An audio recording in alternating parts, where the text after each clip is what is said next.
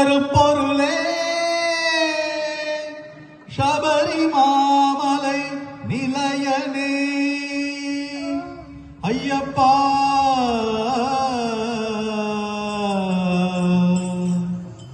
பாடினால் நின் சரணகீதம் பாட வேண்டும், சூடினால் நின் துளசி மணி மாலை சூட வேண்டும், உடுத்தால்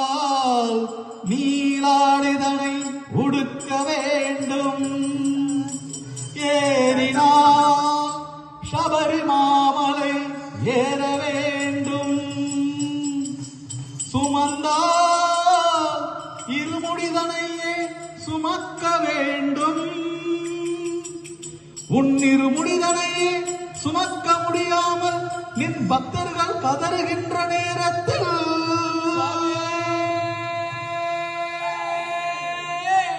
சரணமையப்பா தருணமாய் வந்து காக்கும் தெய்வமே சரணம் சரணம்